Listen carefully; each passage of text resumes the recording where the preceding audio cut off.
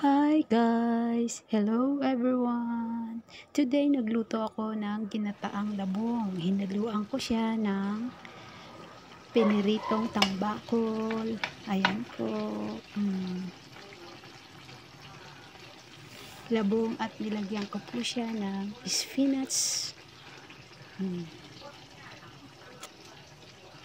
Tapos ilalagay ko po sa ibabaw yung pinirito kong tambakol. Ayan.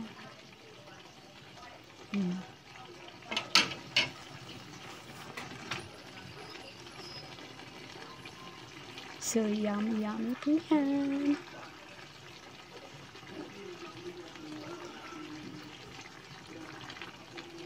Yan, tatabunan po natin ng kaunti para naman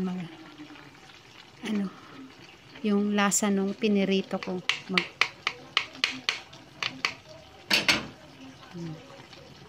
So, thank you for watching. Bye-bye!